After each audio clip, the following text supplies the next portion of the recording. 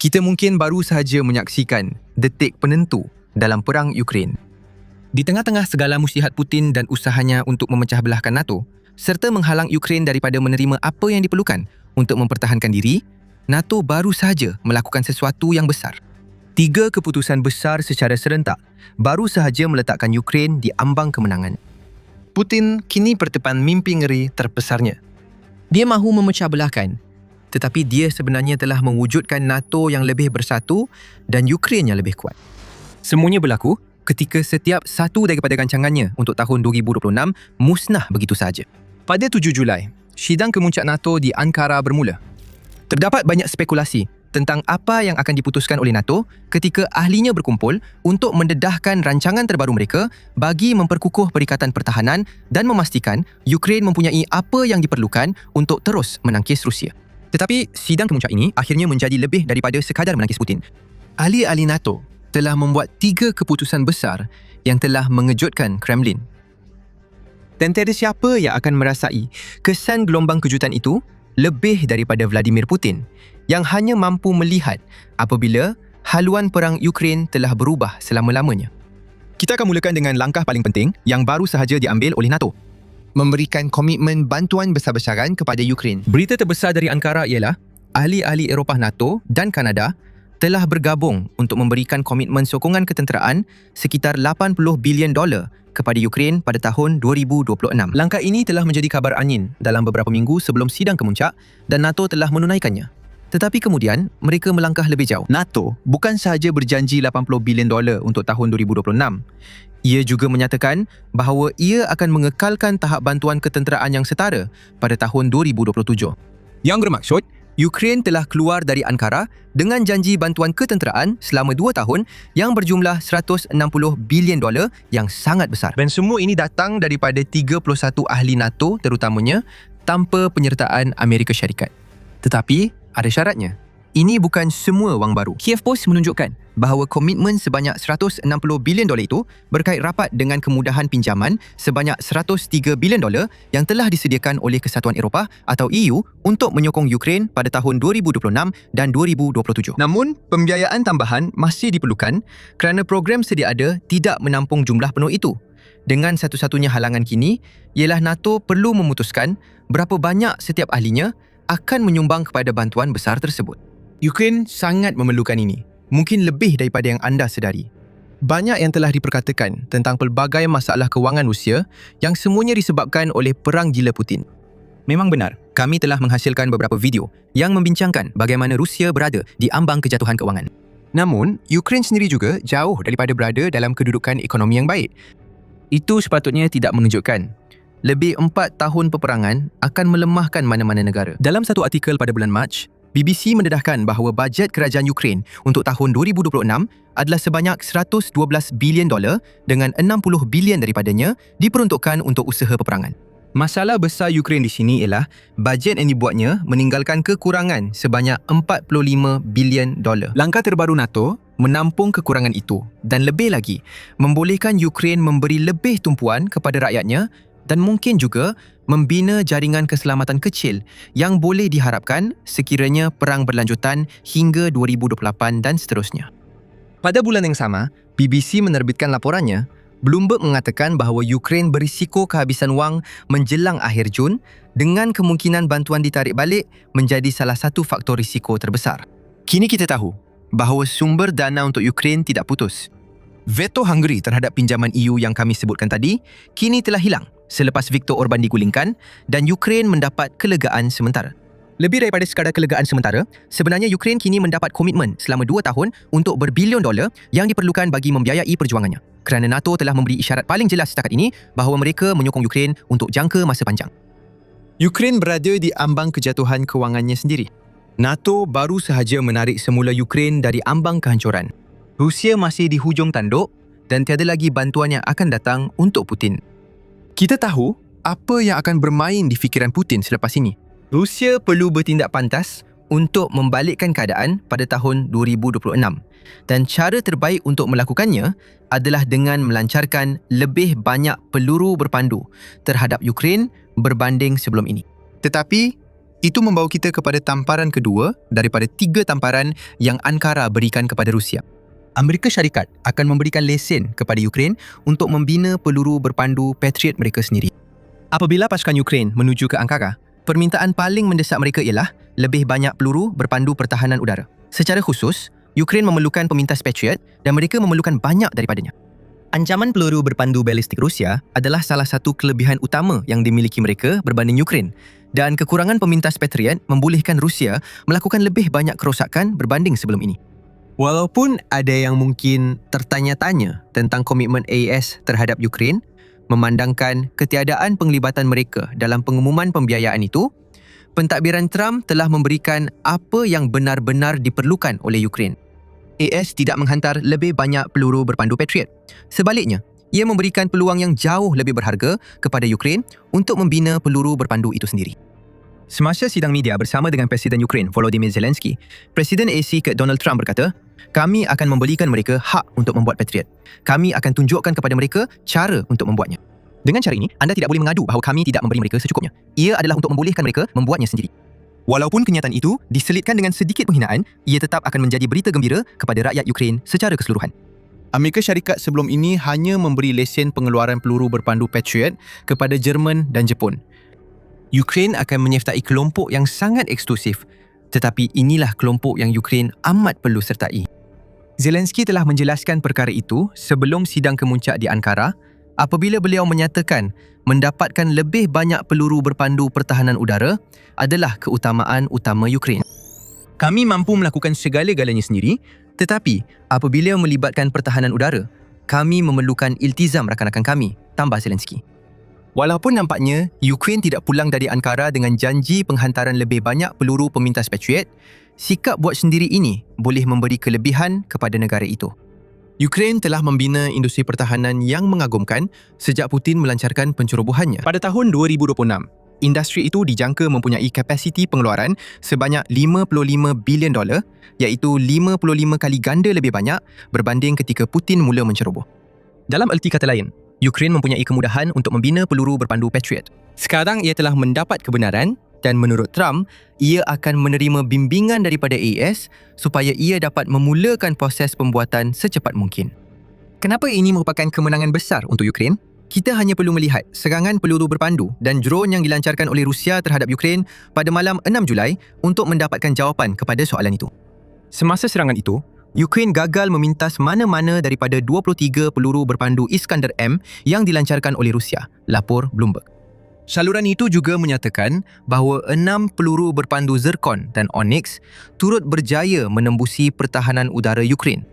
Memandangkan bekalan pemintas Patriot Ukraine semakin berkurangan, kadar pemintasan peluru berpandu Iskander sepanjang tahun 2026 telah merosot dengan ketara. Pada awal tahun, Ukraine berjaya memintas sekitar 80% peluru berpandu tersebut, tetapi sekitar pertengahan Mei, kadar pemintasan itu merosot kepada kurang daripada 40%. Dan kecuali untuk satu tempoh singkat apabila kadarnya naik semula melebihi peratusan itu, kadar tersebut hanya semakin menurun sejak itu. Jika Ukraine dapat membina pemintas Patriot sendiri, mereka boleh memastikan pertahanan udara mereka sentiasa mencukupi dan menjadikan serangan udara Rusia jauh kurang berkesan. Namun, seperti bantuan tersebut, ada satu kekangan di sini. Masa.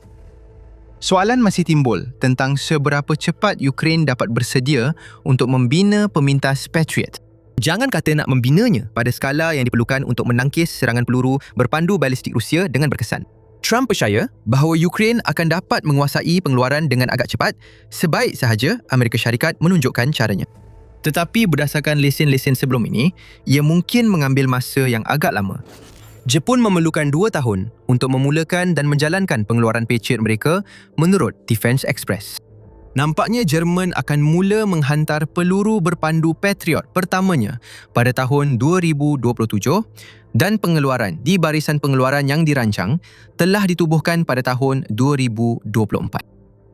Jadi, ini mungkin akan menjadi projek berbilang tahun untuk Ukraine. Namun, tiada satu pun daripada pemegang lesen itu sedang diserang secara langsung pada masa ini. Ukraine mempunyai lebih banyak motivasi berbanding Jepun atau Jerman untuk memulakan pengeluaran dan menjadikannya beroperasi sepenuhnya. dan ia telah menunjukkan kecekapan yang luar biasa dalam membawa senjata berketepatan tinggi buatannya sendiri dari peringkat idea ke pengeluaran besar-besaran dalam masa yang singkat. Namun begitu, Ukraine mungkin mengambil masa bertahun-tahun untuk benar-benar merasai manfaat daripada keputusan ini. Ukraine akan memerlukan rakan-rakan NATO untuk tampil membantu dan menyediakan pemintas Patriot ketika ia sedang membuat persiapan. Walau bagaimanapun, kita melihat di sini satu langkah pertama yang penting dalam usaha Ukraine memperkukuh pertahanan udaranya terhadap ancaman peluru berpandu balistik Rusia. Dan dengan itu, kita sampai kepada tamparan ketiga yang diberikan oleh Ankara kepada Rusia. NATO membuat satu lagi langkah besar yang mengintegrasikan Ukraine dengan lebih erat ke dalam lanskap keselamatan Eropah berbanding sebelum ini. Tetapi sebelum kami dedahkan apakah langkah itu, ini ialah The Military Show. Jika anda belum melanggan lagi, sekarang adalah masa yang paling sesuai untuk tekan butang langgan dan bunyikan loceng pemberitahuan supaya anda sentiasa tahu apa yang akan kami bawakan seterusnya. Langkah terakhir yang diambil oleh NATO di Ankara lebih kepada isyarat politik daripada memberikan sokongan kepada Ukraine. Tetapi ia adalah isyarat yang Vladimir Putin tidak pernah mahu lihat. NATO secara kolektif telah mengisytiharkan bahawa Ukraine adalah penyumbang keselamatan kepada kawasan Euro-Atlantik. Ini nampak seperti perkara kecil pada zahirnya. Anda juga boleh berhujah bahawa Ukraine telah memegang kedudukan ini untuk masa yang lama, terutamanya kerana ia membina kerjasama pertahanan di seluruh Eropah dan telah menjadi negara pilihan untuk pengeluaran drone. Namun, perkataan penyumbang keselamatan itu penting. Kenapa? NATO sangat teliti tentang bahasa yang digunakan dan istilah khusus ini biasanya hanya digunakan apabila organisasi itu menilai sama ada sesebuah negara boleh menjadi ahli NATO. Apa yang kita baru sahaja lihat daripada NATO ialah petunjuk terkuat setakat ini bahawa Ukraine sedang dipertimbangkan untuk keahlian. Ini tidak bermakna Ukraine berada di laluan pantas untuk menjadi ahli. Masih banyak tentangan terhadap Ukraine untuk menjadi ahli NATO, terutamanya kerana perang dengan Rusia masih berterusan. Dan tentangan itu memang masuk akal. Jika Ukraine menjadi ahli sekarang, pencerobohan Rusia pasti akan mencetuskan Artikel 5 yang akan menarik ahli-ahli NATO yang lain ke dalam perang yang dimulakan oleh Putin. Keahlian sekarang adalah satu eskalasi dan ia adalah sesuatu yang NATO tidak boleh ambil risiko kerana ia boleh menyebabkan Putin bertindak di luar kawalan. Namun begitu, penggunaan istilah ini adalah isyarat yang kuat yang disampaikan kepada pemimpin Rusia. Ia juga merupakan pengiktirafan terhadap hujah Zelensky untuk keahlian Ukraine dalam NATO yang beliau kemukakan sebelum sidang kemuncak di Ankara. Adakah anda benar-benar percaya bahawa adalah wajar untuk dibiarkan di luar NATO sebuah negara dan rakyat dengan tahap keupayaan pertahanan seperti ini? Soal Zelensky sambil menambah, jika kita sudah mempunyai keupayaan ini, jika rakyat Ukraine sudah tahu bagaimana untuk berperang seperti ini, maka memang masuk akal untuk keupayaan ini menjadi sebahagian daripada pertahanan kolektif pakatan itu. Itu akan menjadikan kita semua lebih kuat. Zelensky ada hujah yang kukuh. Terdapat lebih banyak pertimbangan selain kekuatan Ukraine yang perlu diambil kira. NATO mengiktiraf kedua-dua pihak dalam hujah ini. Jadi kita boleh lihat pelabelan Ukraine sebagai penyumbang keselamatan sebagai satu petanda bahawa Ukraine akan dipertimbangkan untuk menyertai NATO apabila perang Ukraine berakhir. Dan sama membimbangkan bagi Putin, ini juga isyarat bahawa NATO percaya Ukraine akan muncul sebagai pemenang dalam perang itu yang akan membuka jalan untuk keahliannya. Apa yang kita saksikan di sini adalah detik penentu sebenar dalam perang Ukraine. NATO memberikan isyarat paling kuat setakat ini bahawa ia akan menyokong Ukraine untuk jangka masa panjang dan itu penting atas satu sebab yang mudah. Ia adalah tamparan hebat kepada strategi Putin untuk memecah belahkan NATO supaya Rusia boleh menakluk Ukraine. Presiden Rusia tidak menyembunyikan strateginya terhadap NATO. Perpecahan adalah matlamatnya. Semakin banyak perpecahan yang dapat diciptanya dalam NATO, semakin lama masa yang diambil oleh organisasi itu untuk membuat keputusan yang semuanya memberi masa kepada Putin untuk melakukan apa yang dia mahu. Seperti yang dinyatakan oleh The Hill, mewujudkan perpecahan ini juga dilihat oleh Putin sebagai satu-satunya cara Rusia benar-benar dapat mengalahkan NATO. Dalam pengertian ketenteraan konvensional, kekuatan penuh NATO akan mengatasi Rusia. Perang secara langsung, walaupun mungkin berlaku, boleh bermakna pengakhiran bagi Rusia. Jadi, adalah lebih baik untuk cuba menamatkan NATO bukan melalui kekerasan tetapi dengan menanam benih perpecahan. Sokongan terhadap Ukraine telah lama menjadi salah satu benih tersebut. Cubaan memanipulasi Amerika Syarikat sejak Trump berkuasa telah menjadi salah satu taktik pemimpin Rusia dan beliau pasti sangat gembira mendengar Trump mengecam NATO sepanjang beberapa tahun kebelakangan ini. Kecaman itu masih belum berakhir. Dalam persidangan di Ankara yang sama, di mana Trump berkata Amerika Syarikat akan meluluskan peluru berpandu Patriot kepada Turki, Trump juga menyifatkan Sepanyol sebagai pihak yang tiada harapan dan rakan kongsi yang teruk dalam NATO. Perkara itu nampaknya berlaku akibat Sepanyol tidak membenarkan Amerika Syarikat menggunakan pangkalan tenteranya untuk operasi Epic Fury. Namun begitu, ia menunjukkan bahawa terdapat peluang untuk Putin mengambil kesempatan dalam NATO. Putin sedang cuba menjatuhkan NATO. Kini terdapat kebimbangan bahawa Rusia sedang merancang tindakan ketenteraan, mungkin di rantau Baltik atau Poland, dan perpecahan yang cuba diwujudkan oleh Putin akan menjadi kunci. Apa yang baru sahaja dilakukan oleh NATO di Ankara, terutamanya berkaitan Ukraine dan sokongan yang diterimanya, adalah menyampaikan mesej kepada Putin. Perpecahan? Perpecahan apa? Sekurang-kurangnya, apabila melibatkan Ukraine, NATO menunjukkan pendirian yang benar-benar bersatu, seperti yang Putin tidak mahu lihat. Memang, AS tidak menyumbang kepada komitmen keuangan, tetapi mereka telah membuat langkah besar dengan pelesenan Patriot. Dan implikasi bahawa Ukraine boleh menjadi ahli NATO pada masa hadapan benar-benar menggugat rancangan Putin untuk memecah belahkan ahli-ahli NATO sehingga Ukraine diasingkan. Rancangan Putin yang disusun rapi telah gagal. Isyarat politik yang penting telah dihantar oleh NATO, terutamanya dengan perjanjian Patriot, menunjukkan bahawa Ukraine telah mendapat cukup penghormatan dalam NATO untuk dilayan sebagai rakan kongsi utama. Lagipun, perjanjian itu bukan sekadar tentang membuat peluru berpandu. Ia mengiktiraf bahawa Ukraine mempunyai keupayaan untuk menghasilkan peluru berpandu tersebut, sesuatu yang sememangnya tidak wujud sebelum Putin menyerang. Putin tidak gembira dengan semua ini, dan jika anda perlukan petanda untuk membuktikannya, anda hanya perlu melihat kata-kata yang diucapkan oleh jurucakap Kremlin beliau selepas peristiwa di Ankara. Jurucakap Kementerian Luar Rusia, Maria Zakharova, telah pun melabelkan hasil di Ankara dan keputusan yang dibuat oleh NATO sebagai bencana dan tidak bertanggungjawab. Itu bukanlah satu kecaman yang kuat. Itu hanyalah panik Kremlin yang disuarakan. Sudah tentu, ini adalah bencana bagi Rusia. NATO baru sahaja memberikan Ukraine kunci kepada kemenangan dengan memastikan ia akan dibiayai sekurang-kurangnya untuk 2 tahun akan datang di samping segala-galanya yang lain. Setiausaha Agung NATO, Mark Rutte, juga telah memberikan teguran pedas terhadap dakwaan Rusia bahawa NATO sedang merosot akibat perdebatan dalaman yang dicipta oleh taktik perpecahan Rusia. Rutte berkata bahawa perdebatan bukanlah tanda kelemahan. Perdebatan berlaku dalam demokrasi yang berfungsi, sesuatu yang Putin tidak tahu apa-apa mengenainya. Tetapi, apa yang benar-benar menakutkan Rusia selepas Ankara ialah mereka melihat perubahan dalam dasar NATO. Di Ankara, NATO memberitahu Rusia bahawa mereka tidak lagi mahu menguruskan krisis di Ukraine. NATO membiayai kemenangan Ukraine yang mereka percaya telah menjadi tidak dapat dielakkan apabila tentera Rusia semakin lemah dan Putin membawa negaranya semakin jauh ke arah kemusnahan ekonomi. Ini bukan tentang bertahan dalam peperangan, ini tentang menang.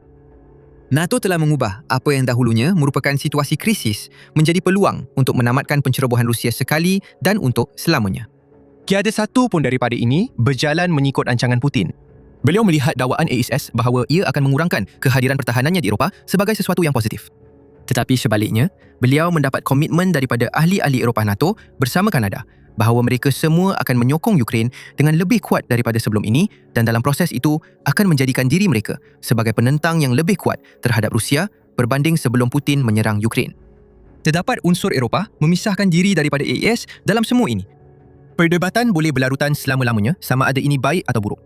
Tetapi satu perkara yang pasti tentang pemisahan ini ialah Eropah sebagai satu kolektif perlu menjadi lebih kuat. Eropah yang sama itu adalah ancaman yang lebih langsung kepada Rusia hanya dari segi jarak berbanding Amerika. Komitmen bantuan khususnya menunjukkan Eropah mempamerkan kekuatan ekonominya dan kekuatan itu pun belum digunakan sepenuhnya mengikut potensinya. Itu membimbangkan untuk Putin kerana beliau sudah pun menolak Rusia sejauh mana yang mampu dari segi keuangan. Dan lebih buruk lagi untuk pemimpin Rusia, sokongan terhadap Ukraine bukan hubungan sehala. Ini adalah integrasi. Ukraine adalah rakan pertahanan yang sama berharganya kepada NATO seperti mana NATO kepada Ukraine, terutamanya apabila melibatkan drone. Pelan NATO adalah untuk memastikan Ukraine menang hari ini supaya NATO boleh menjadi ancaman yang lebih besar kepada Rusia pada masa hadapan. Ahli-ahli NATO telah pun berikrar untuk memperuntukkan 5% daripada keluaran dalam negara kasar mereka setiap tahun untuk perbelanjaan pertahanan menjelang tahun 2035. Kita sedang melihat perjanjian pertahanan dimeterai di seluruh Eropah dan banyak daripadanya melibatkan Ukraine. Putin mahu mewujudkan benua yang berpecah belah. Tetapi apa yang dia lakukan hanyalah mencipta satu raksasa yang kini menyokong Ukraine dengan cara yang Rusia sendiri tidak pernah jangka. Rusia nampaknya telah terkejut selepas sidang kemuncak Ankara. Sepatutnya tidak begitu. Kabar angin mengenai rancangan NATO telah tersebar beberapa minggu sebelum ini dan kami telah melaporkannya. Dalam video kami telah menerangkan bagaimana janji NATO sebanyak $80 bilion akan melebihi semua permintaan Ukraine dan mengapa penting wang itu disalurkan lebih awal bukannya kemudian. Jika anda ingin mengetahui lebih lanjut, hentikan apa yang anda sedang lakukan dan dalami lagi mengapa tindakan NATO untuk Ukraine itu penting dengan menonton video tersebut. Dan jika anda menikmati video ini, tekan langgan untuk memastikan anda dapat melihat lebih banyak The Military Show dan analisis kami tentang perkembangan terkini dalam perang Ukraine. Terima kasih kerana menonton.